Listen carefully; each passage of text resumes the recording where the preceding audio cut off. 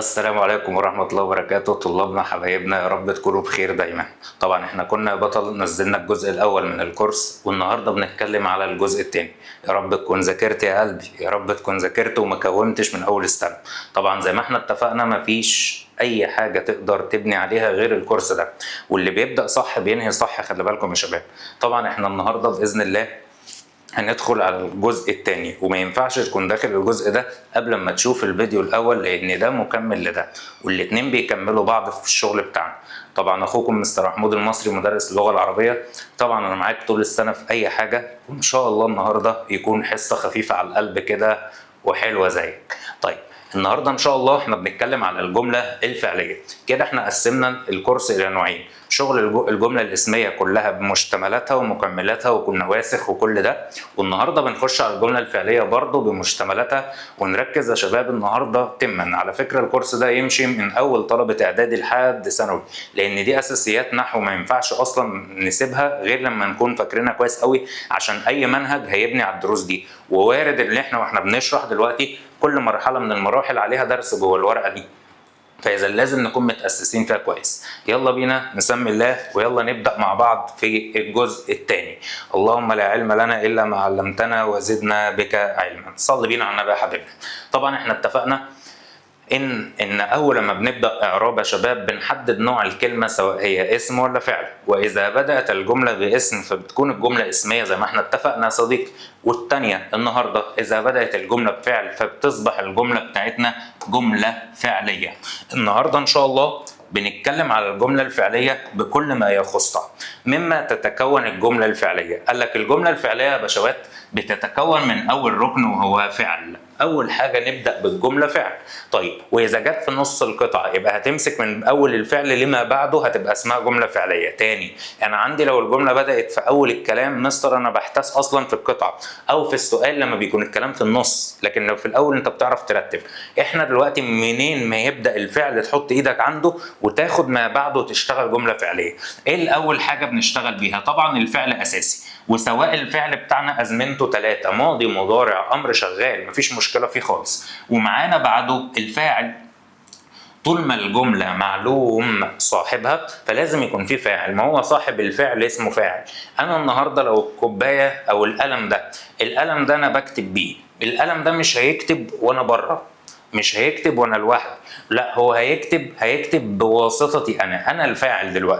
دلوقتي السبوره دي مش هتتشرح غير بيا انا، فاذا انا الفاعل. لما بنيجي مثلا واحد اتقتل فبنقول ليه فاعل، ده فاعل زي ما بنيجي نقول باللغه العاميه بتاعتنا. طيب الفاعل بتاعنا هو صاحب الفعل اللي قام به، ثم بعد ذلك المفعول، وده مش شرط. احنا اساسي عندنا دكاتره الفعل والفاعل، حصل وجه الصدفه ان جه مفعول كان بها، ما جاش مفعول يبقى خلاص مفيش مشكله، وهنتفق مع بعض في الاشكال بتاعتها شويه كده. زي مثلا لما نيجي نقول يا باشوات مثال بسيط اهو: شكر الابن والده على فضله. دلوقتي لو انا مسكت الفعل شكر، يلا نتفق من الحصه الاولى شكر تاخد الف ولام؟ لا، مفيش حاجه اسمها الشكر. يبقى اذا هنا ده جمله فعليه، وده فعل ماضي. طيب ده فعل ماضي مبني على الفتح. مين اللي شكر؟ شكر الابن. يبقى الابن هو اللي قام بالشكر، يعني احنا بنسميه في الاركان عندنا فاعل. ونسال السؤال بتاعنا الاساسي: مين اللي شكر يا شباب؟ هتقول لي الابن. يبقى الابن هنا ده اقترب، الابن هنا هو الفاعل. اسال بمين على طول. طب هو شكر ايه؟ شكر ماذا؟ شكر والده. يبقى والده ده اللي وقع عليه الشكر او اللي تم شكره، وده بنقول عليه مفعول به. ببساطه شديده خالص. احنا النهارده هنمسك الفعل، مين اللي عمل وعمل ايه؟ اسال نفسك السؤالين دول يا بطل هتوصل صح. يلا بسم الله. يبقى انا هقول شكر، مين اللي شكر؟ الابن. هتطلع الاجابه من جوه السؤال نفسها. ركز يا جميل. يبقى هنقول هنا جميل من غير بقى هبدك اللي انت بتقعد تعيش فيه ده، لا ببساطه خالص والله النحو اللي يفهمه الدنيا ماشيه. يبقى اقول شكر مين؟ الابن. شكر الابن مين؟ اقول والده. يبقى احنا هنا مشينا جمله فعليه. لو فهمت تعال نحل الاثنين دول. قدم المخلص لوطنه تضحيات. يلا قدم فعل ماضي مبني على الفتح. بس انا عايز اعرف اتعلم اعربه. هنعربه يا باشا شويه كده ومش هنسيب حاجه غير لما نعربه. ماشي. قدم فعل ماضي مبني على الفتح. مين اللي قدم؟ رد انت بقى. المخلص. يبقى المخلص هنا فاعل. طيب هو المخلص قدم ايه؟ واحدة حولة واحدة حولة، يقول لي قدم وطنه. لا، هو ما قدمش وطنه، هو قدم لوطنه. ايه بقى اللي قدمه لوطنه؟ هو قدم تضحيات. يبقى التضحيات دي هسميها مفعول به منصوب. وارجع للكورس الاول او الجزء الاول من الكورس لما كنت بقول لك ان المفاعيل كلها منصوبة، اي مفعول منصوب واي فاعل مرفوع. حلو الكلام. اسمع المثال ده: وجدت العلم سائدا. سائدا يعني منتشر يعني. يلا رد عليا، هو مين اللي وجد؟ اللي وجد عندنا حضرتك انا. هتقول لي فين انا دي؟ ما هو وجدت. التاء دي كنا واخدينها في الضمائر برضو، اسمها تاء الفاعل. اسمها اصلا تاء الفاعل، واخد بالك يا عمنا؟ اسمها تاء الفاعل. يبقى يا عم الذكي دي في محل رفع فاعل، هنقول هي دي الفاعل بتاعنا بس ضمير. هو الفاعل يا مستر ينفع يجي ضمير وينفع يجي اسم ظاهر وينفع يجي اللي انت عايزه، ماشي؟ طيب عندي وجدت ماذا؟ ايه اللي وجدته؟ وجدت العلم. يبقى هنا حبيبي العلم مفعول به منصوب بالفتح. طيب سائدا، سائدا دي هنقول عليها حال، واعرفك الحال بيجي ازاي. بنسال عنه بكيف. كيف وجدت العلم سائدا يعني منتشرا، ده حال وقت ما شفته، وده طبعا هنشرحه بالتفصيل كمان شويه. خلي بالك بقى، صور الفاعل كتير يا شباب في الامتحان. ممكن الفاعل يجي كاسم ظاهر، وكلمة اسم ظاهر زي ما خدنا الحصة الأولى يعني موجود. جاء الأب، مين اللي جه؟ الأب. ما هو الأب قدام عينك وهو جميل، يبقى صورة الفاعل هنا اسم ظاهر. قد يكون يقول لك هات فاعل، هات فاعل وبين صورته. طيب عندك ممكن يجي ضمير متصل. فاكر توانينا وكهينا اللي احنا خدناهم في الضمائر المتصلة؟ ممكن يجي واحدة منهم وهيبقى جاي في توانينا، بس خلي بالك عشان الفاعل مرفوع. أكلت، مين اللي أكل؟ أكيد مش الطعام أكل نفسه، أكلت الطعام. اللي أكل هو أنا. أكلت ماذا؟ الطعام. إذا يلا نثبت قاعدة. أول لما يجي النهاردة نقول كده حاجة، يلا، إن الفاعل بنسأل عنه بكلمة مين. تمام يا عمنا؟ طيب واتنين، المفعول بنسأل عنه بكلمة ايه؟ المفعول بنسأل عنه بكلمة ايه او ماذا اللي يعجبك. عايز تمشي لغة عربجية ماشي، لغة عربية امين. ماذا زعلت اهو. ماذا ايه او ماذا، الاتنين تمام وزي العسل. طيب يبقى احنا كده جميل عشان تعرف الفاعل من المفعول. ويلا نجرب في مثال. لو انا جيت قلت كده نهضت الامم. يلا مين اللي نهضت؟ الامم. اذا الامم وانا مغمض اقول عليها فاعل مرفوع بالضم. طب يلا لما نيجي نقول كده مثلا، اما اجي اقول لك ايه؟ شرحت درسين. يلا مين اللي شرح؟ هو انا مين؟ انت تاء الفاعل، انت هنا الفاعل بتاعي. الضمير هنا متصل هو الفاعل. طب شرحته ايه؟ شرحت درسين. يبقى درسين مفعول به بس منصوب بالياء، ولاحظ عشان ده مثنى ويرجع للعلامات بتاعتنا. حلو، كمل معايا.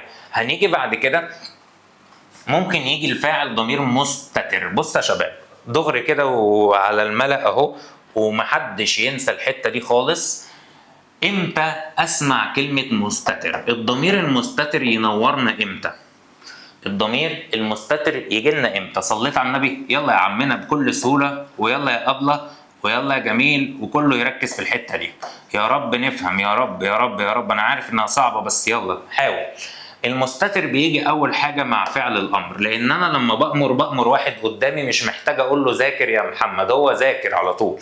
طيب لما أجي أقول مثلا في مثال هقول لك إيه؟ اجتهد في عملك. مين اللي هيجتهد؟ مش مهم اعرف اسمه بس اكيد حد، يبقى اقول اجتهد انت. الفاعل هنا مستتر خلاص. طيب وممكن يجي كمان، دي بقى اللي عايزك تركز فيها، اذا سبق الكلام. يبقى المستتر بيجي في موقعين اتنين. لو كان مع اي فعل امر هيكون الفعل مستتر، ولو كان سبق صاحبه قبله للفعل. يعني ايه قبله الفعل؟ يعني حبيب قلبي لو انا جيت قلت لك كده الولد يفهم الدرس. يلا يا عمنا هو انا هنا فين جملتي الفعليه؟ لسه قايل في بدايه الحصه من ثواني صغيره، لما يجيب لك جمله امسك من اول الفعل وهات اللي وراها. انا جملتي الفعليه من هنا يا استاذ. واحد يقول لي طب وليه مش الولد؟ هنا ده مبتدا. تقول لي ايه ده يا مستر يا مستر يا مستر؟ ما تلخبطنيش. هو المبتدا يا مستر يجي جنبه فاعل او فعل؟ اقول لك ثواني، هو احنا مش خدنا ان المبتدا له خبر؟ امشي معايا للاخر. تقول لي اه، وخدنا ان الخبر في منه جمله فعليه. ها، اربط بقى، ده اسمه خبر جمله فعليه. بس انا دلوقتي مش في الجمله الاسميه خالص، انا دلوقتي عايز اشوف الجمله الفعليه دي مكوناتها ايه من اول يفهم. مين اللي بيفهم؟ واحد يقول لي الولد. انت شاطر ومحترم وابن ناس، بس ما تقولهاش تاني. ليه؟ لان احنا قلنا اللي سبق خلاص، اللي فات مات. امشي بالمبدا ده في العربي. بنحط مكانه هنا ضمير يعوض له. انا مش هينفع اجيب الفاعل قبل ابدا، لازم يكون مكانه. حط هنا هو. هو دي عايده على مين؟ عايده على الولد. عايده على، رايحه فين؟ عايده على الولد. يبقى انا هنا الفاعل بتاعي بنقول عليه في الامتحان ضمير مستتر. طيب واللي بعده هيبقى مفعول اهو. يفهم. مين اللي بيفهم؟ الولد. يفهم مين؟ الدرس. يبقى الدرس دي مفعول به وفاعله مستتر. يبقى دي لقطه خلي بالك منها بعد اذنك، عشان احنا بنتكلم في كلام مهم جدا اليومين دول، لازم تاسس الكلام ده معانا. يلا يا معلم. اي ضمير، الملحوظه دي في غايه الاهميه عشان نبقى دغري، ودي تقريبا بترد على الكلام اللي احنا قلناه قبل كده. اي ضمير، اي ضمير يتصل بالفعل، اي ضمير يتصل بالفعل، اي ضمير يتصل بالفعل هيكون هو الفاعل، ما عدا واحده قلتها في الكورس الاول اللي هي اسمها تاء التانيث. يا شباب تاء التانيث يوم ما تشوفها غض بصرك، انا ما بشوفش حاجه. ازاي؟ اي مؤنث ما تلمحلوش ضمير، تاء التانيث ده ما ينفعنيش. خلاص؟ زي مثلا لما اقول ايه؟ فهمنا الدرس. مين اللي فهم يا اولاد؟ احنا فاعل. طب استنى، فهمت الفتاه، اكلت البنت، شرحت المعلمه. اي مؤنث بعد الفعل يبقى هو الفاعل. هنا ما باخدش الته دي ما تنفعنيش. مستر انا عندي سؤال، او انت مش عندك، انا اللي هعمله. يلا، احنا عندنا 2 ت في العربي كله. لازم بقى بالمره، احنا يا جماعه اسمنا كورس تاسيس، فلازم كل حاجه مضمونه نقولها. احنا عندنا التاء في العربي 2. الضمير التاء ده موجود في حاجتين، تاء اسمها تاء الفاعل، وتاء اسمها تاء تانيث. برضو الناس بتتلخبط بينهم حتى الان، ويمكن اصلا في واحد ما خطرش على باله اللي هم 2 اصلا. طيب اللي هو قاعد في ميه المخلل ده. تاء الفاعل بتيجي يا دكاتره بمعنى كلمه انا. يعني ايه بمعنى كلمه انا؟ انا اللي قمت بالحاجه، شرحت ما هو انا، اكلت ما هو انا يو. طب ما لما اجي اقول لك مثلا كده قتلت، اوعى تاخدها عن قتلت. مين اللي قتل؟ انا. طب لما اجي اقول لك مثلا، هاجي اقول لك ضربت، ما هو مين اللي ضرب؟ انا. اذا لما بتيجي بمعنى انا دي اسمها تاء الفاعل، وبتعرب في محل رفع فاعل دائما، خدناها في توانينا. خلاص؟ طيب تعالى دي تاء التأنيث. أولاً بنعلمها إزاي؟ ما دي ت يا مستر بتترسم كده، ودي ت كده، أنتوا بتشتغلونا بتوع العربي. يا عم استنى، دي بتيجي وراها بنت مؤنث أو حاجة بتاخد هذه. لما أقول لك مثلاً كده رسمت الفتاة، أول لما تلمح مؤنث ياد مش معترفين بيهم إحنا كرجالة أكتر، يا الرجال 3/4 المجتمع نرجسية. اسمع، الت دي غض بصرك عنها، امشي يا ت، خد مين؟ الفتاة نفسها. ليه؟ أي تاء تأنيث ليس لها محل، يبقى نرجع لمرجوعنا، أي فعل آخره ضمير يكون هو الفاعل. حلو الكلام. تعالى بقى ننقل لجزئية تانية في غاية الأهمية. بص يا شباب، ونصيحة أخ لإخواته الصغيرين، ركز بعد إذنك في السبورة اللي أنا هعملها دي. الفعل ده ليه قصص كتير قوي، ليه قصص كتير قوي. ايه هي يا معلم؟ تقول لي يا مستر سهله، ماضي مضارع. مش هتقول يا حبيبي اقعد جنب ماما. ليه؟ مش ده اللي انا جاي اكلمك فيه. ما كل الناس عارفه الماضي عدى خلاص، والمضارع لسه، والامر هيحصل. كل ده كلام هبل. انا بتكلم بقى على اللي بيوقع. الفعل هنقسمه من حيث، اسمع كده. اول حاجه من حيث الحروف، واسمع اللي انا هقوله، انا ببسطها لك على قد ما اقدر. وهنقسمه من حيث المفعول به. ايه يا مستر انت بتقوله ده؟ ما قلتش حاجه اصلا لسه. اصبر على رزقك، اصبر على رزقك للاخر. انا النهارده جيت عايز اعرف الفعل انواعه من حيث الحروف ايه، وانواعه من حيث المفعول ايه. قسما بالله كل مناهج 27 مبنيه على اللقطه دي. اسمع، ايه من حيث الحروف؟ حضرتك احنا عندنا في العربي في حاجه اسمها يا رب يا رب يا رب، تشيل مادتين لو مركزتش هنا بغير العربي. واحد، حروف اسمها حروف العله، وحروف اسمها حروف صحيح. في حروف معتله وفي حروف صحيحه. اقصد اقول بكلامي، لو احنا بقى هنتكلم كلام عملي، لو احنا هنتكلم كلام بتاع امتحان، هي الراجل هيجي يقول لك كده: فعل صحيح وفعل معتل. طقطق ودنك هنا. فعل صحيح وفعل معتل. صلي على اللي يشفع فيك. اولا يعني ايه فعل صحيح؟ هو كل فعل اصله، وكلمه اصله لما اجي اذكرها لك في اي امتحان يعني الماضي بتاعه اللي هو ما فيهوش زيادات. الصافي يكتب بقت كتبه، الصافي بتاعها. انا النهارده اي فعل اصله او الماضي بتاعه ماله؟ يخلو من، وكلمه يخلو من يعني ما عندوش حروف من الثلاثه دول، ما تنساهمش. ايه الحروف؟ واو. ايه الحروف؟ الف. ايه الحروف؟ ياء. دي اسمها يا هندسه، دي اسمها حروف العله. ما يكونش عنده حرف من الحروف دي. وانا اعرف منين عنده ولا ما عندوش؟ هات الماضي وبص عليه، هات الماضي وبص عليه. صليت على النبي؟ يلا كمان واحد. لو انا جيت النهارده يا مستر مثلا جيت قلت لك كلمه يشرح، ارجع ماضي وما تحكمش. واحد يقول لي استنى، انت بتعمل ايه يا مستر؟ ما هو فيها اهي، خلاص خلص، قضي الامر. ده كده مش صحيح. اصبر على رزقك. انا كاتب اللي يكون ايه؟ اصله. وانت جبت اصله؟ لا. هو ده اصله؟ برضه لا. انت تجيب اصله يعني ترجع الماضي وترجع تمسحه تاني. يلا. شرحه دي كم عددها؟ شرحه دي ادي 1 2 3. اصلا بنسمي في العربي انواع الفعل. في فعل بيبقى زي اخوك ده ثلاثي، وفي فعل بيكون 4. اصل اي فعل في العالم كله، في الحياه كلها، بيبقى يا ثلاثي يا رباعي. طالما هو اصلي يا 3 يا 4. معظمنا الثلاثي، يعني 90% في العربي ثلاثي. طيب ارجع مرجعنا. يلا دي 1 2 3. هل واحد من الثلاثه يا اخواتنا في حرف من الحروف اللي فوق دي بيحتوي على واو او الف او ياء؟ هترد تقول لي لا. يبقى طالما هو لا، يبقى ده اسمه كده في الامتحان الفعل الصحيح. تاني، مين الفعل الصحيح؟ هو اي فعل يا مستر يخلو من واي اللي هي حروف مين؟ العله. ادي لقطه. طيب مستر هو ده انواعه ايه؟ ايه ده، هو ده كمان ليه انواع؟ يا دليله السوره بتوع العربي اللي عاملينه فينا. لا معلش، حاجه بسيطه خالص. الانواع بتاعته بتنقسم لثلاثه. شوف اخرتها معاك يا مستر. في اول واحد اسمه سالم، وفي تاني واحد اسمه مهموز، تضحكش يا واطي، وفي تالت واحد اسمه مضاعف. سالم مهموز ومضاعف، سالم مهموز ومضاعف. مين يا مستر السالم والمهموز والمضاعف؟ سامحني، هعكس الطريقة، هبدأ من هنا عشان يبقى أسهل لك، مش عشاني والله. أولا المضاعف من اسمه كده يعني في حاجة ضعف، في حاجة اتنين. مين هما اللي يبقوا حاجة اتنين؟ قال لك هيكون عنده حرف مشدد. كلنا فاكرين علامة الشدة اللي هي بتبقى فوق الحرف دي، صح؟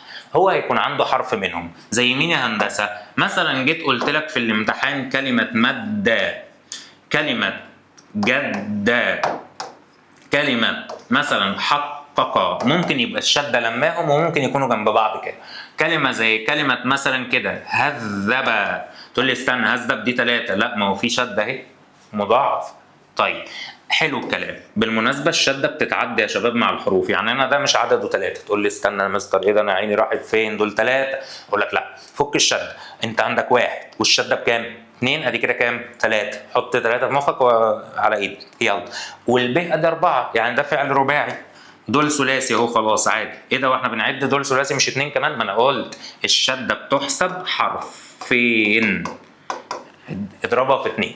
طيب مين المهموز؟ هو اللي عنده الحرف اليتيم ده. مستر ثواني، هو انت بقى عشان ما اكسرش السبوره دي على دماغك، هو انت مش قلت الالف حرف عله ودي الف؟ انما دي مش الف. تقول لي يا مستر انت جاي تعلمني عربي جديد. حبيبي دي اسمها همزه. ايه ده بقى؟ اي فعل يحتوي على همزه اسمه صحيح مهموز. الاثنين على بعض. زي مين يا استاذي؟ زي مثلا كلمه اكل، كلمه امر، كلمه اخذ. معايا؟ كلمة مثلا، كلمة زي كلمة أعظم، أو بلاش بقى أعظم عشان ده كده ده إيه؟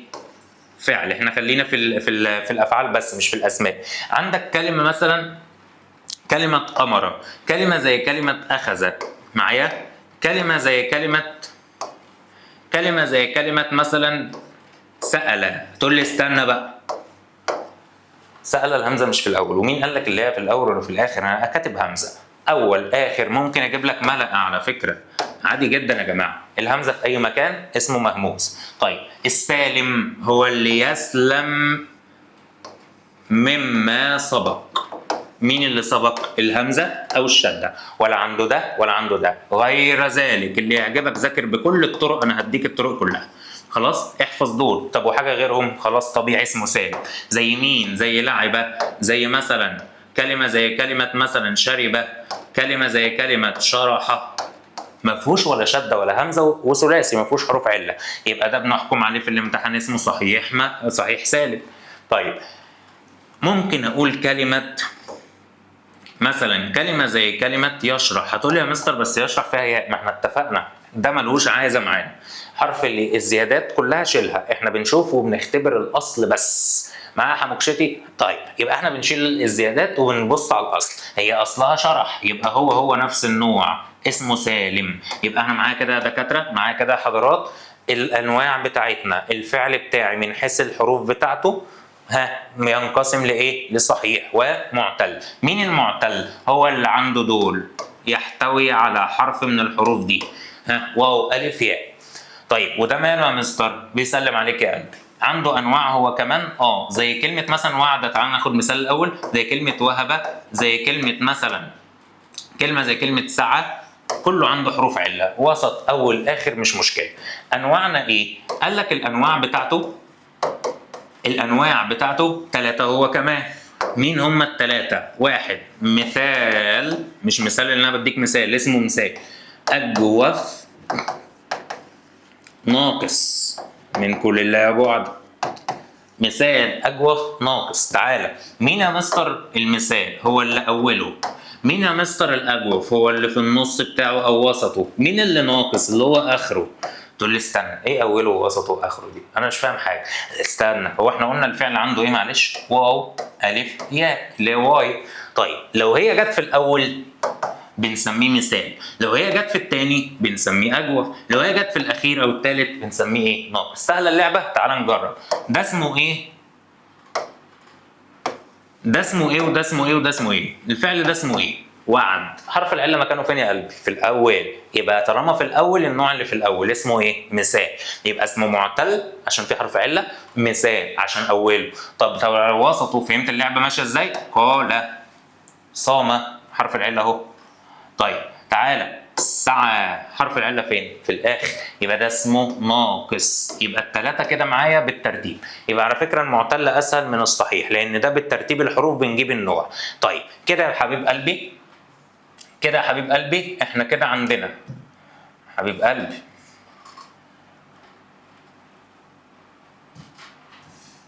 كده احنا عندنا ادي كده ملخص الافعال. يبقى الافعال عندنا اهي اللي عايز ياخدها سكرين او يصورها. الافعال كده عندنا شرحنا من حيث الحروف اهي قدام. يبقى من حيث الحروف في صحيح في معتل. الصحيح 3 انواع والمعتل 3. ذاكر بقى، ذاكر واعمل بقى اللي على دمك شويه وحس على دمك شويه. طيب تعالى بقى من حيث المفعول. مش احنا زينا فيه بنيجي نشوف ساعات في جمل فعليه يا حبايبي عندها مفعول، وفي جمل فعليه ما عندهاش، او بطريقه او باخرى. كان زمان يقول لك احيانا ياتي مفعول به. يعني ايه احيانا؟ ممكن يجي وممكن لا. طب وده عندنا ليه رد في المنهج او تفسير علمي يعني؟ قال لك احنا عندنا الافعال بتنقسم من حيث المفعول الى نوعين. انا مش بديك انواع المفعول، فوق لحالك شويه. انا مش بديك انواع المفعول، امال انا بعمل ايه؟ انا بديك انواع الفعل اللي بيجي له ولا ما بيجيلوش. والله لو المفعول به موجود بنسمي الفعل ده اسمه فعل، لا لو مش موجود يبقى اسمه فعل لازم.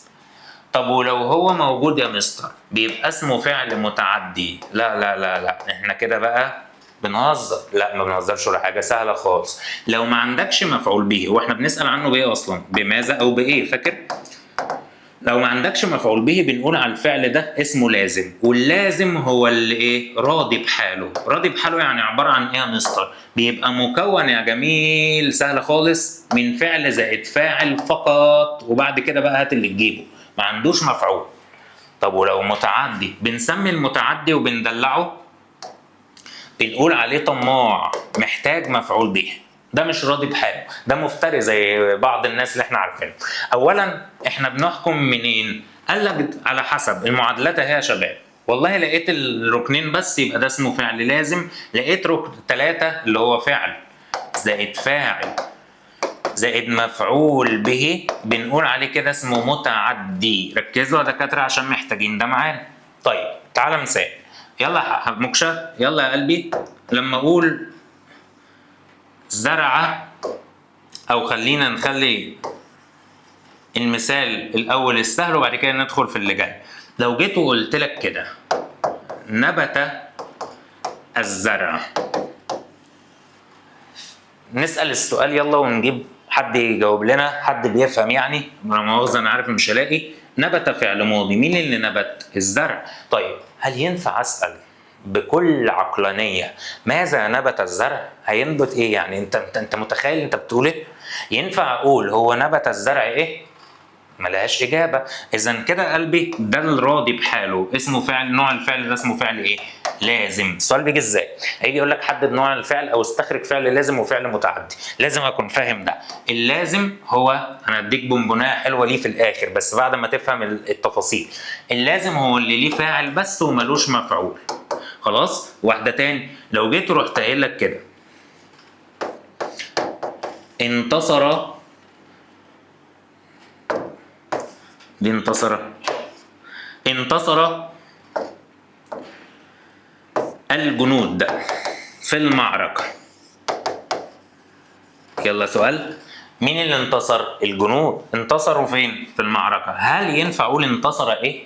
هل كلمة انتصر ليها مفعول به؟ تقول لي لا يا مستر، يبقى ده اسمه فعل لازم وما بعد اللازم يبقى فاعل، بعد اللازم يبقى فاعل ملوش مفعول. واحد يقول لي طب وفي المعركة؟ ده جر ومجرور يا اسطى. فوق يا اسطى لحالك بقى، كفايه بقى، كفايه شم شرابات بقى، الله يخرب بيتك. هنا يبقى احنا كده متفقين على حاجات ثابته ما فيهاش كلام. تعالى المتعدي بقى. المتعدي وحياتك وحياه الغاليين وحياه ستك وجد جدك ما ينفعش يجي غير بمفعول به. ازاي؟ زي مثلا لما اجي اقول كده زرع الفلاح المحصول. يلا رد، مين اللي زرع؟ مش احنا قلنا الفاعل بنسأل عنه بمين؟ يلا مين اللي زرع؟ الفلاح. طب هو زرع مين يا مستر؟ زرع ايه قصدك؟ زرع ايه؟ المحصول او زرع النبات. المهم ان في حاجه اتزرعت، في حاجه اتزرعت. اذا كده نحكم ونقول ان الفعل ده متعد او متعدي، وده بنعربه فاعل ومع بعدهم بيبقى في حاجه اسمها ايه؟ مفعول. مستر في طريقه تانية، بصمجه بقى، بصمج يلا. بصمج يا حيوان ايها الدج. ايه البصمجه؟ عشان تعرف، خد ده بقى معايا كده شط لوحده، عشان تعرف اللازم من المتعدي، اللي محتاج مفعول واللي ملوش، اعمل الطريقه اللي انا اقولها لك دي. استعين بالضمائر الثلاثه اللي انا هكتبهم دول او الاربعه، استخدم واحد منهم اللي يعجبك. حط كاف على الفعل، حط هاء، ماشي؟ حط كاف، حط هاء، اكتفي بدول اللي هي كهينه. لو فاكرين احنا كنا واخدينها، مش هخبي عليكم، حاجه من دول يعني، كاف او هاء او ياء او ناء، ونجرب. بس نصيحه استخدم دول افيد عشان دول اللي هيحلوا معاك على طول. ينفع كنت اقول هنا انت سرقه؟ تقول لي ايه القرف ده؟ اوديك قلت قرف، يبقى ده هنقول عليه ساعتها فعل لازم. طول ما قبلش ضمائر المفعول به يبقى هو مش محتاجها، يبقى هو في الاخر اسمه فعل لازم. طب تعالى، ينفع يا مستر، يعني انت يا مستر بعقلك كده ينفع كنت تقول زرعك؟ لا مش هينفع تقول زرعك، بس جرب كده. زرعه الورد زرعه الفلاح. ماشيه في جمله ولا مش ماشيه؟ ماشيه. يعني انت قصدك تقول في واحده، نجرب الاثنين، لو واحده لبست يبقى ده متعدي، الاثنين ما لبسوش يبقى ده لازم. ها ربطت؟ مش ضمك. واحده تاني، هكتب جمله وانت حدد. يلا قدم المخلصون روحهم فداء لوطنهم. يلا مين اللي قدم؟ انا عايز اختبر ده لازم ولا متعدي، فوق يضل اللي انا بقوله. مين اللي قدم؟ المخلصون قدموا ايه؟ روحهم. ده واحد، ده طريقه رقم واحد. روحهم هنا مفعول به. واحده دلوقتي هتقول لي طب هات الطريقه الثانيه انت قلت عليها. يلا حط هنا كاف، حط هنا هاء وجرب. يلا قدمك المدير، قدمك في الحفل. حلو تصدق؟ قدمه، والله ده جميل. قدمني او ربنا. كهينه لابسه معاها، طول ما كهينه قابله يبقى بتيجي مع المتعدي فقط اهو. يبقى احنا كده بصمجنا اللعبه. حط كاف حط هاء وجرب. مشيت يبقى كان بها ونقول كده متعدي، ما مشيتش يبقى نقول ده فعل لازم. شفت يا صديقي اللعبه حلوه ازاي؟ تعالى نجرب تاني. اديني كاتبها لك هنا بطريقه سهله. اللازم مش بيحتاج لمفعول به، كنسل ده. والمتعدي بيحتاج مفعول به، عايزين ده. طيب ده لا يقبل الكاف ولا الهاء. بص هتلاقي كل حاجه كاتبها لك بالحرف، انما ده بيقبل كاف او هاء. بص نبت الزرع ما تقبلش، ما ينفعش اقول نبتك ولا نبته، ما ينفعش. لكن حققت ينفع اقول حققك او حققه، تمشي. يبقى ده متعدي. يلا اللي فهم يجاوب. انتصر الجنود انتصارا وقدم الرجال تضحيات. انتصر ده نوعه ايه؟ وقدم ده نوعه ايه؟ معاك سكتين يا باشا، معاك سلاحين يا قلبي، يلا طلع. اول حاجه هنسال بماذا ونجرب نشوف الجمله ليها معنى ولا ملهاش. انتصر الجنود. ماذا انتصر الجنود؟ تقول لي انتصارا؟ اقول لك لا انت مغفل. انتصارا دي حاجه اسمها مفعول مطلق، اللي هم كلمتين شبه بعض بس مش وقتها، لسه داخلين عليه. يلا انتصر حط لها ضمائر. طيب لو انت مش فاهم الاولى استخدم الثانيه. يلا حط الضمائر. ينفع اقول انتصرك؟ مش حلو. طب انتصره؟ ايه اللي انا بقوله ده؟ ده عربي؟ لا ده كده مش عربي، ده كده فعل لازم يا مستر. طب انتصارا دي حاجه اسمها مفعول مطلق، هجيبها لك شويه كده. طيب مش مفعول به، مش مفعول به. انا بدور على مين يا استاذي؟ المفعول به. اي مفعول تاني ما يلزمنيش الحصه دي وما يلزمنيش في الجزئيه دي خالص. قدم الرجل تضحيات. مين اللي قدم؟ الرجل. قدم ايه؟ تضحيات. دي ماشيه، يبقى ده مفعول به، يبقى ده متعدي. مستر عايز اتاكد. الضمان ها، حط الكاف على قدم. قدمك، قدمه، قدمني، هي يبقى كده حبيبي ده متعدي بقلب جامد، والاول لازم. خلاص طيب قلنا احنا دي خلاص، احنا كده كده حكيناها، ما تتخضش، مش هنحكي كتير. الصحيح والمعتل كتبناه اهو، فعل لا يحتوي على حروف العله. بس ضفت لك انا بقى عشان كنا المفروض نضيفها بس ما حطيناش، اللي هي الانواع بقى. الثلاثه دول او الثلاثه دول يتذاكروا معايا. امين يا بطل، امين. خش على اللي بعده. انا ازاي بعرب الفعل بقى اصلا يا مستر؟ الفعل بيعرب ايه؟ بص يا حبيبنا، اولا الفعل من حيث الازمنه في ماضي، في مضارع، في مين؟ امر. الماضي بيبقى ماله؟ قال لك الماضي اولا وثانيا وعاشرا هو مبني. ملاقيش اي طالب او طالبه، اي متخلف او متخلفه بيقول لي فعل ماضي مرفوع او منصوب او مغبوط او مشنوق، ما يلزمنيش العك ده. الفعل الماضي دايما مبني، الفعل الماضي دايما مبني. طيب بيبنى على ايه؟ بيبنى على حاجه من اللي انت شايفهم الثلاثه دول. يا اما بيبنى على الضم، هقول لك امتى، يا اما بيبنى على الفتح، هقول لك امتى، يا اما بيبنى على السكون. تاني احفظ العلامات الاول وبعد كده نشوف المناسبه بتاعتها. ضمه فتحه سكون، ضمه فتحه سكون. الضمه امتى؟ لو لقيت في اخره واو جامعه. ازاي؟ ذاكروا او ذاكروا بقى، خلينا ماضي. كتبوا، اجتهدوا. اصلا وانت بتقول هو دي هي ضمه، صح ولا لا؟ العقل زينه، اصحى. الماضي على فكره هقول لك ليه حاجه في الاخر حلوه قوي. طب والفتح امتى؟ قال لك لو كان دون ضمير، يعني ما فيش اي حاجه فيه. كتب، ما هو اصلا فعلا انا في اخر حرف بقول كتب. طب استنى، الف الاثنين او تاء التانيث. لعب او لعبا اثنين، الف اثنين او لعبت. لعبت يعني انا عايز مؤنث وراها، اللي احنا قلنا ملهاش محل من الاعراب. طب يا مستر ليه تاء تانيث؟ لان تاء التانيث بتتشال، مش انا قايل لك ملهاش محل، فهي اصلها لعبه برضه، فهي. طيب السكون لو كان في تننه، ايه تننه دي يا مستر؟ يا مستر ارحمنا بقى بالغازك دي يا اسطى، انا بخفف عليك وربنا. تننه دي ملخص لثلاث ضمائر. مين الثلاث ضمائر؟ اللي هي تاء الفاعل او نون النسوه بتاعت جمع المؤنث او نا الفاعلي. ازاي؟ يلا مثال يلا مثال يلا مثال. لعبت. بص كده، لعبنا دي لو كانت مع مؤنث بقى الفتيات لعبنا. بص لعبنا. اذا اي ضمير من الثلاثه دول نلمهم في كلمه تننا، ملهاش معنى بس دي مجموعه الضمائر حفاظا على الغباوه بتاعتك. طيب يبقى انا لو لقيت حاجه من الثلاثه دول اقول مبني على السكون. مبني على السكون، تننا يعني سكون. خلاص. طيب نحفظ يلا الاحوال كلها. يبقى احنا عندنا كده بسم الله الضمه لو في واو جماعه، الفتح لو مفيش حاجه او تاء تانيث او الف اثنين. طيب السكون لو كان تننا حاجه من تننا معايا. طب يلا بقى انا هقول لك ملحوظه وسجلها في الحته دي. يعرب الماضي حسب نطق اخر حرف. شوف انت نطقت ايه اخر حرف في التشكيل. تشكيل اخر حرف لعب، اخر حركه كانت ايه؟ فتحه. طب استنى، لما اجي اقول لك لعبت دي ايه؟ سكون، انا ساكن مكاني. طب استنى، ذاكروا طول ما بوز البطه ده طلع يا قلبي، طول ما بوز البطه ده يبقى دي ضم. امين يابا؟ امين. خلصنا. لو عايز تعرف العلامه اقرا تشكيل اخر حرف. يلا وجدوا تبقى مبنيه على ايه؟ على الضمه يا مستر. انتصرا مش اسمها كده؟ يبقى دي فتح يا مستر. طب وذهبن دي ركنه خالص، يبقى دي سكون مش واخده حاجه.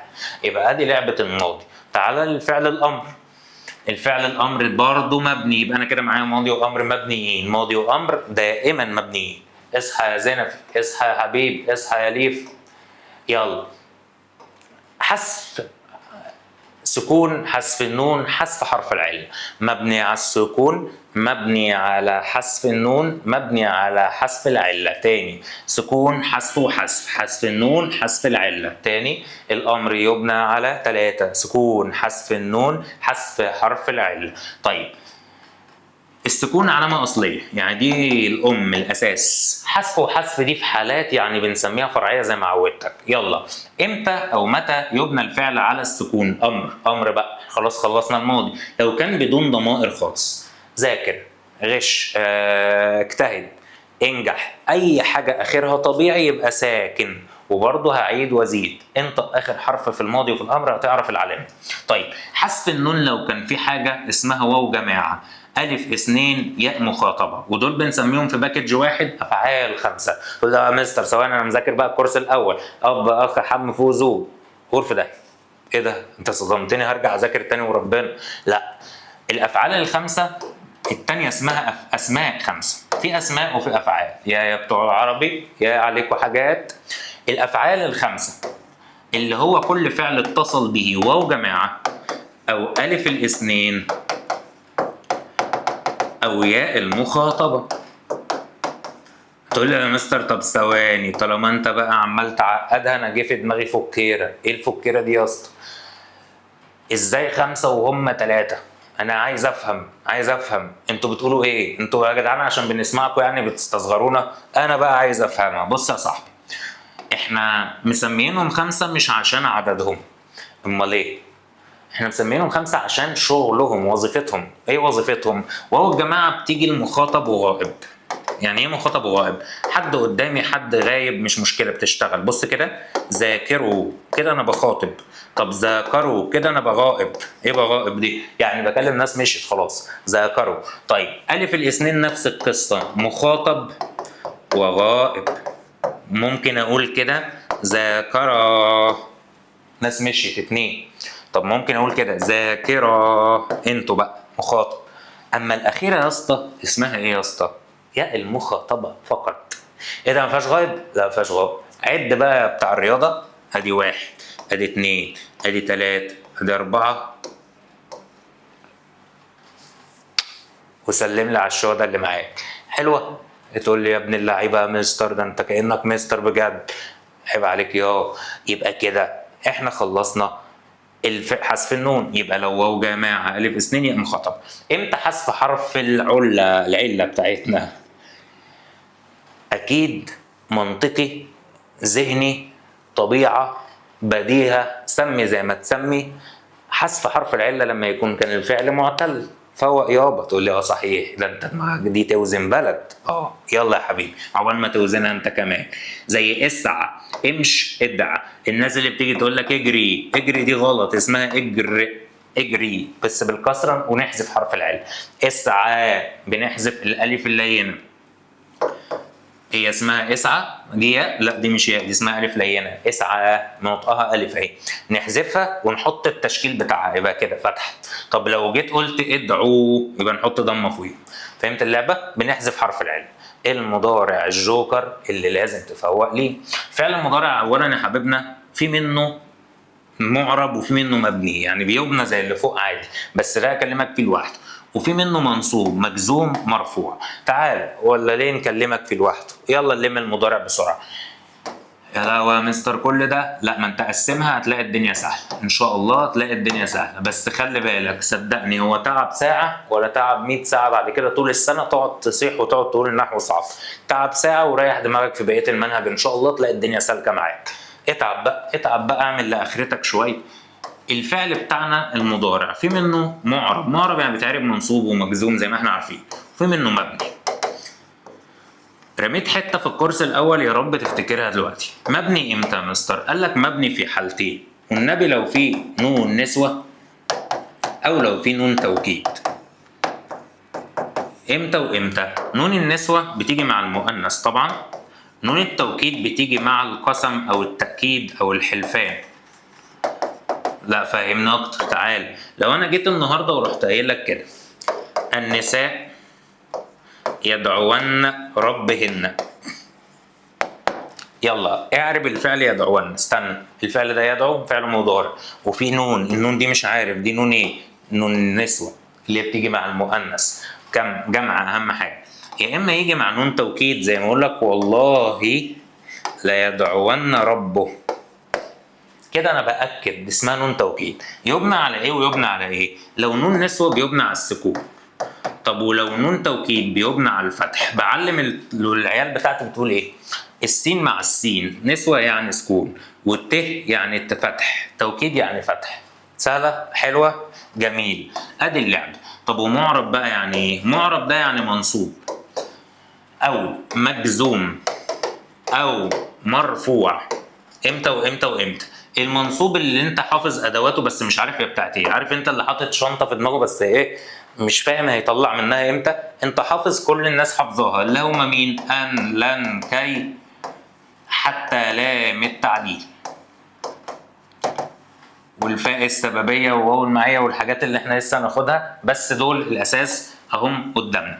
دول ادوات اسمهم ادوات النصب. يوم ما تلاقي فعل مضارع قبله واحده من اللي ورايا دول انصب على طول، ما فيهاش كلام. طيب زي مين؟ لما اقول لك مثلا يجب ان تنجح، يجب ان تنجح، ان وتنجح، ان بتنصب وتنجح منصوبه هو وراها. طب مجزوم امتى؟ لما اقول لم او لما او لام الامر او لن هي. احفظ دول. ايه يا مستر لم دي؟ لما اقول لك لم يفشل المجتهد. لما اقول لك مثلا لتجتهد دي لام اسمها لام الامر، لتذاكر دي اسمها لام الامر او لن هي. لما اقول لك لا تترك واجبك. في واحد دلوقتي هيقول لها مستر عندي سؤال بيجري في مناخيري كده عايز افهمه. لا دي فيها ناهيه وفي نافيه. يا مستر جيت على الجرح. ايه دول بقى؟ فوق لي ياض واعدل نفسك ياض، يلا كده ونبص عليها. مستر هو ايه الفرق بين لا ناهيه ولا نافيه؟ لا ناهيه يا استاذ بصوره طلب، ولا نافيه بصوره نفي. يجي اسال الواد يقول لي ايه الفرق يا ابني بين الاثنين؟ يقول لي بص يا مستر صلي على النبي. اقول له عليه الصلاه والسلام. لا ناهيه يا مستر بتنهي. اقول له طب حلو، ولا نافيه اكيد مش محتاج بتنفي. طب وانت كده فدتني بايه؟ وانت كده خلاص خلصت؟ سلامتك يا قلبي. الناهيه بتبقى في صوره طلب وبتيجي للمخاطب على فكره. لا تترك صلاتك مثلا، لا تذهب مع اصدقائك السوق، ايا كان. اذا كده انا بكلم حد مخاطب اهو وبطلب منه حاجه. امين امين. طيب هنا دلوقتي النفي بقى. النفي بنفي حدث ما حصلش، بتيجي بمعنى ما حصلش. ودي ما بتبقاش مخاطب، بتبقى غائب. ازاي؟ لا يذاكر الولد. يعني ايه لا يذاكر الولد؟ انا بتكلم كلام عام، مش بخاطبه هو، انا بتكلم عنه. طب استنى، لا يترك المجتهد واجبه. حبيبي انا ما شفتش المجتهد، صح؟ يبقى ده غائب. اذا كده حبيبنا، اذا كده يا قلبي، ان هنا مش نفي بينفي ونهي بينهي زي ما انتوا بتتكلموا، فهو يسطل الكلام فيه مستقبل بيضيع، الله يرضى عنك. هنا انت حضرتك النهي اهو اديني عرفتك، والنفي اهو اديني عرفتك. ده في صورة طلب بيبقى شبه الامر يا اولاد، بس ده بلا ما بيقوليش ذاكر، بيقول لي لا تهمل مذاكرتك. يبقى انا بقى بنصحك، بتبقى في صوره نصيحه، اللي يعجبك بقى قوله. انما النفي لا، جمله بنفي حدث عادي. ادي يا برنس كل ما هو عن الفعل المضارع اهو. يرفع امتى بقى؟ لو لم يسبق باداه نصب ولا جزم. يعني يا قلبي لو لقيت قبل ابيض مفيش ادوات اصلا، قول فعل مضارع مرفوع. ادي اللعبه كلها. نيجي لجزء تاني وفي غايه الاهميه، وهي انواع المفاعيل في العربي او المفعول. ناس متقسمة أنواع، ناس فاهمة إن في مفعول به فقط، واحد أعلى ليفل شوية يقول لك لا وفي مفعول لأجله، طب واحد تالت حافظ إن في مفعول مطلق. تلاتة. وأما تطلع ثانوي إن شاء الله، تالتة ثانوي بقى الشهادة، هتلاقي إن في حاجة اسمها مفعول معه ومفعول فيه. تقول لي لا إله إلا الله، لا خلينا على قدنا. بص يا معلم، إحنا كده كده بنتكلم في الأساسيات القديمة، الجديد سيبه للمنهج هكلمك فيه براحتك. المفعول به هو ايه؟ قال لك هو اسم بيدل على اللي تم فعله. ناس كتير ما بتفهمش الجمله دي يا جماعه، وناس كتير بتوقعنا في الجمله دي. ايه هي اللي تم فعله؟ حبيبي انا ذاكرت، قول لي ذاكرت ايه؟ ادي ده اللي معنى اللي تم فعله. حبيبي انا شرحت، قول لي شرحت ايه؟ اللي تم شرحه او مذاكرته اذكره. طيب نسال عنه بايه يا استاذ؟ قال لك نسال عنه بايه او ماذا. يلا، حققت مصر انجازات. مين اللي حققت؟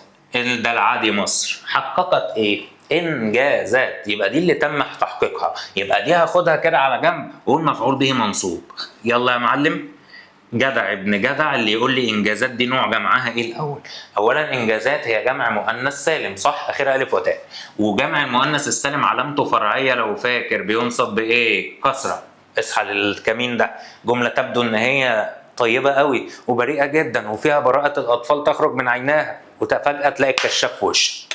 طيب يبقى دي منصوبه بالكسره وعلامه فرعيه عشان جمع مؤنث سالم. يبقى تاني المفعول به نسأل عنه بماذا أو بإيه. لما أقول لك مثلا كده، مثلا قالت الأم الحقيقة، مين اللي قالت؟ الأم. قالت لمين؟ قالت إيه؟ الحقيقة. طيب سؤال، لما أجي أقول لك كده أمطرت السماء رزقا، مين اللي أمطرت؟ السماء. أمطرت إيه؟ رزقا. يبقى ده اسمه مفعول به. خلاص. واللي بيجي معاه بيبقى فعله نوعه متعدي، زي ما احنا قلنا أي فعل معاه مفعول اسمه متعدي. في مفعول لأجله. شباب باختصار كده وبالمنطق وبالعقل، انا مختصر لك على فكره الكلام قوي. المفعول لاجله يعني علشانه، حاجه عملتها علشان سبب معين. ازاي؟ قال لك اسم بيبين الفعل حصل علشان ايه باللغه العاميه، زي ما انا كاتب لك كده. دايما بحب ابسط لك الدنيا كاني بكلمك. اطيع ابي وامي حبا لهم. ركز يا قلبي، ركز يا روحي.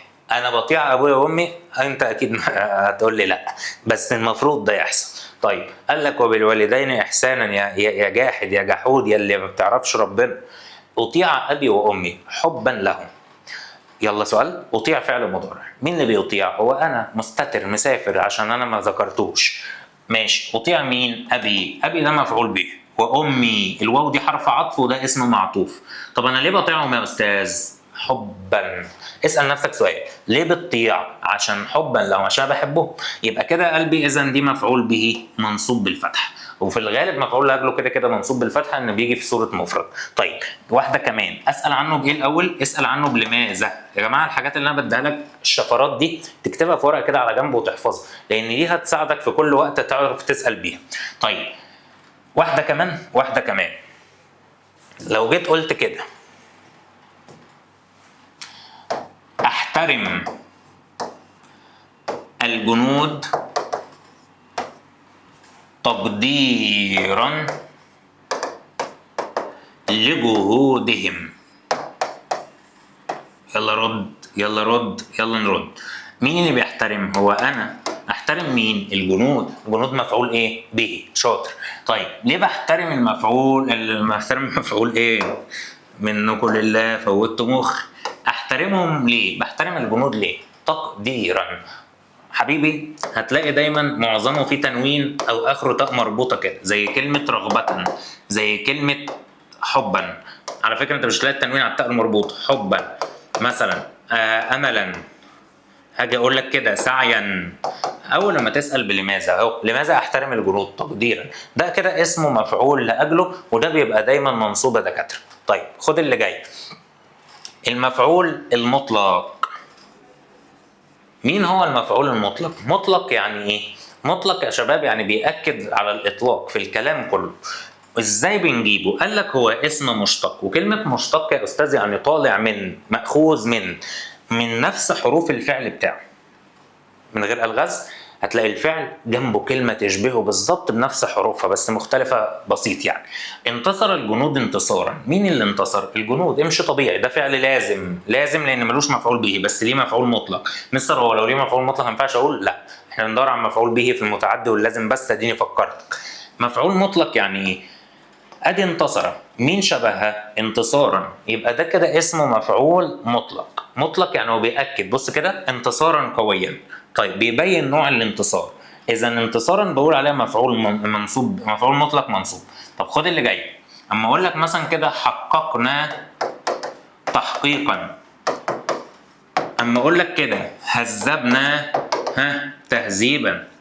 لما اجيب لك فعل وكلمه من نفس حروفه اشتقناها من هنا خدناها من دي، يبقى ده اسمه مفعول مطلق. امين يا باشا؟ امين. في حاجه مهمه جدا جدا جدا جدا جدا اسمه الحال، والطلبه كلها بتسقط الموضوع ده، ويوم ما بيجيب لك لعنه معاه لان انت ما بتاخدش بالك منه. هو الحال يعني ايه يا استاذ؟ الحال حبيبي هو اسم نكره منصوبه. اسم نكره منصوب. حلو. وبعدين قال لك ياتي ليبين كيف تم الفعل،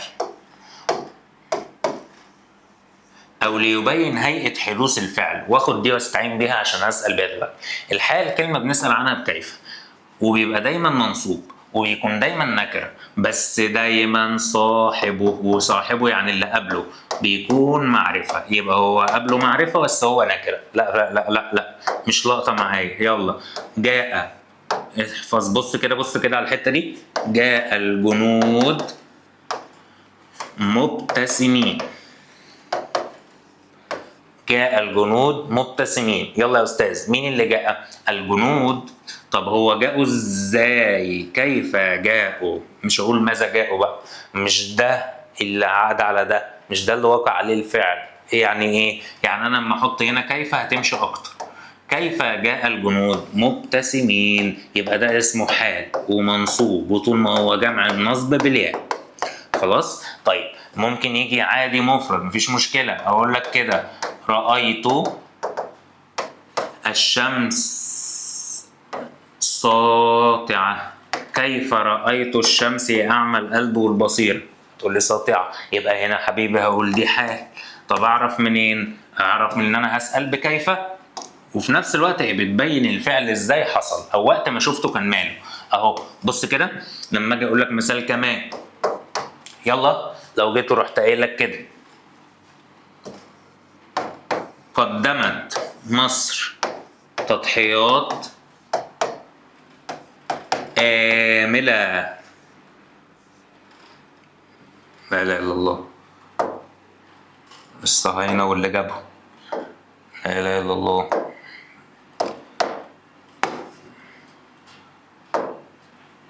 قدمت مصر تضحيات آملة في التقدم. يلا اسمع بقى، قدمت مصر تضحيات ساعية نحو التقدم. عايز اعرف آملة وساعية، يلا نجرب المفعول لأجله مع المفعول المطلق مع الحال مع كل دول في ضربة واحدة. نجرب يلا. قدمت مصر تضحيات. مين اللي قدمت مصر وقدمت ايه؟ تضحيات مفعول به. لماذا قدمت التضحيات؟ عشان آملة، عندها أمل، صح؟ عشان اسأل بلماذا حتى، هتلاقي إن دي كده يا أستاذ مفعول لأجل. مفعول لأجل. هي قدمت عشان عندها أمل في التقدم. طب تعالى، قدمت مصر تضحيات ساعية نحو التقدم. هي وهي بتقدم التضحيات كانت مالها؟ كيف كانت مصر؟ هتقول في الوقت ده هي كانت ساعية، إذا دي كده اسمها حال. يبقى ملخص اللي احنا قلناه، يلا. المفعول لأجله نسأل عنه بكلمة لماذا. المفعول به نسأل عنه بكلمة ايه او ماذا، عشان تبقى مميزة خليها ايه اهو. المفعول المطلق بيكون نفس حروف الفعل، ده ما بنسألش عنه بحاجة، نفس حروف الفعل. الحال دي المنصوبات، بنسميها وحدة المنصوبات. الحال بيبقى دايما سؤالنا عنه بكيف، يبقى دي المنصوبات اللي احنا اتكلمنا عنها النهارده. يبقى كده يبقى انت يا استاذ ختمت الجمله الفعليه كلها تما، وبكده يبقى انت ظبطت الجزئيه اللي احنا قلناها مليون في الميه. كده الجمله الفعليه معاك كامله مكمله في الورقه اللي قدام حضرتك. طيب كده بفضل الله احنا خلصنا اساسياتنا القديمه كلها. باذنك يا رب هيكون في شغل حلو قوي هنعمله لكم مفاجأة، مش هنقول هو ايه، تكملة على نظام الكورس وتكملة على نظام المنهج الجديد بإذن الله. يا رب تكون المحاضرة كانت خفيفة عليكم، ويا رب تكونوا استفدتوا منها استفادة كبيرة. إن شاء الله هنلتقي على خير في أحسن حال يا رب في الحصص القادمة. بنحضر لكم مفاجآت كتير كل يوم، يمكن بنفكر فيكم قبل نفسنا دلوقتي، وبإذن الله هدفنا كلنا واحد وكلنا شركاء في النجاح سوا، سواء أنت أو أنا. يا رب تذاكر المحاضرتين كويس عشان اللي جاي جديد كله مكمل عليهم، وارجع واقول الكورس مرتبط ببعضه، فيا رب نذاكرها كويس. ان شاء الله اشوفكم على خير. اخوكم محمود المصري، مدرس اللغة العربية. السلام.